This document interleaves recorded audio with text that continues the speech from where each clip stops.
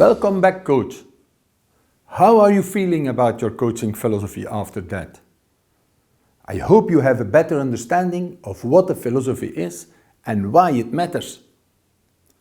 One key element that should always go hand in hand with your coaching philosophy as a solid foundation is the idea of ethics. Put simply, ethics is the science and practice of moral principles.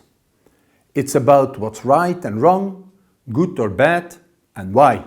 Clearly, there must be a space for ethics in coaching and sport, right?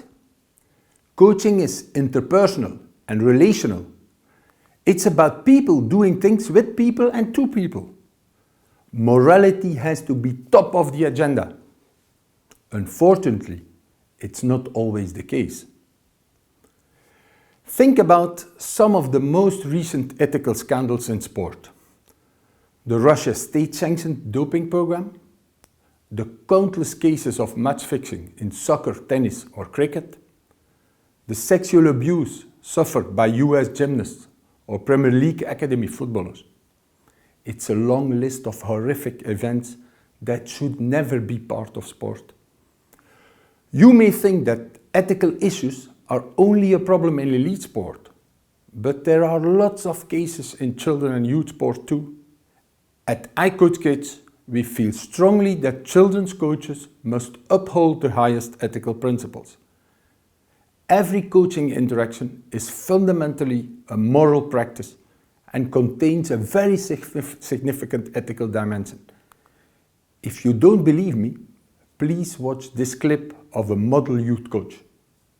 I want them to know that this is their family outside of their own family, because a lot of times coaches play the role of the mom, especially if we're away from campus and their parents aren't there, or they play the role of a counselor, even though a lot of times we're not certified, or we play the role of the best friend that holds them accountable. She cares about more than just basketball. She cares about us as student athletes, as women. She genuinely cares and is continually active in our lives. Even after the season ends and before the season, she's always checking up on us. And even today, she brought us breakfast. Everyone loves Coach Flowers. She's like our second mom, basically. That's what we all call her. No matter what my skill level was or how I was doing, she would always push me to be better. She often would set goals for us, even if we think they were too hard to achieve. She would never drop her expectations. She's not your typical coach, I think, in the sense that she invests a lot more in us, also caring about the student that's behind the athlete, also caring about the person that's behind the student. You let the kids know that you care about them as a person, they'll run through brick walls for you, and they'll buy into what you're trying to do. So she's always building up your character, building up who you are as a person, and you see that on the court. Coach Flowers really has been somebody that I trust my kid with emotionally and spiritually, and she's been a godsend for us, and it means the world.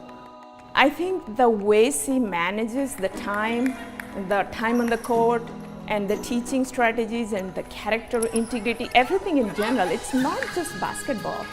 And I think that has made a major impact on my daughter. I think when you have that combination of dedication, someone who's going to hold you accountable, but at the same time do it in a way that's caring, it emboldens you to achieve things that you didn't think you were capable of achieving. I tell them all the time that my ultimate goal is to be that person that the kids are seeking out when they come back to visit campus, to get the invites to the weddings and the baby showers, and Coach Flowers, guess what, I got the job. She just sees what we don't see in ourselves.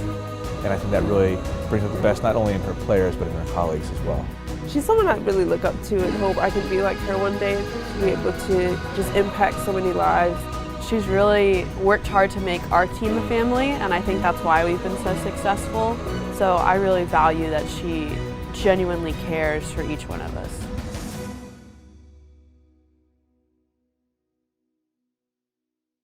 Wow, I'm so jealous.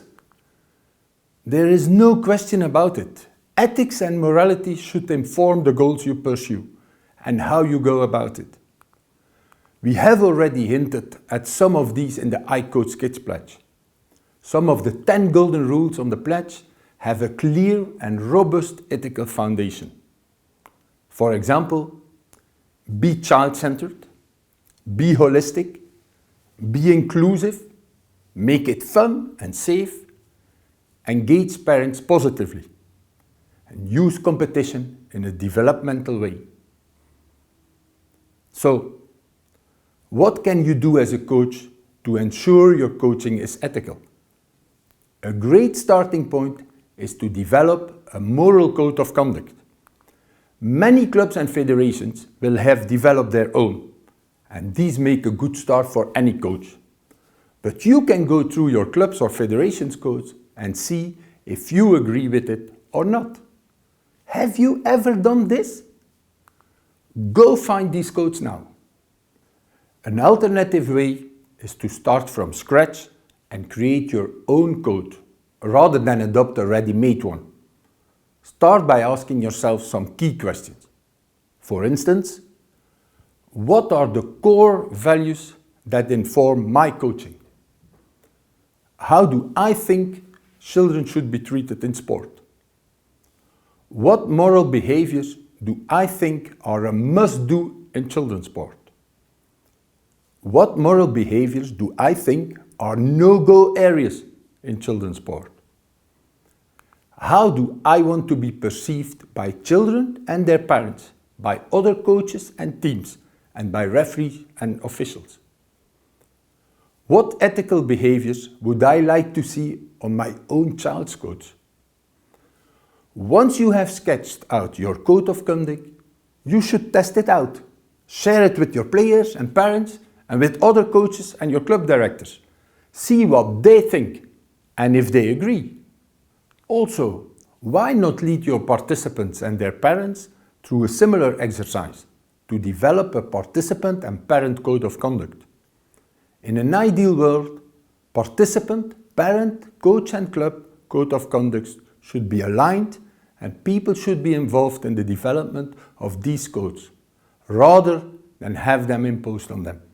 In leading this process of developing moral codes of conduct for all and in living up to your code of conduct, you will become a great role model for players and parents. And that's a huge contribution you make straight away, a super quick win. The main thing to remember is that ethical coaching is not an approach to coaching, but a moral obligation. When coaching kids, we don't choose to behave morally. We have to. It's a must. Well, that's the end of this video. Please complete the ethics in coaching activity in the study guide before moving to the next video. This is probably one of the most important moments in the whole course, as it provides the foundation to everything you do in your coaching. Please give it your full attention. Thanks for being an ethical coach and see you soon.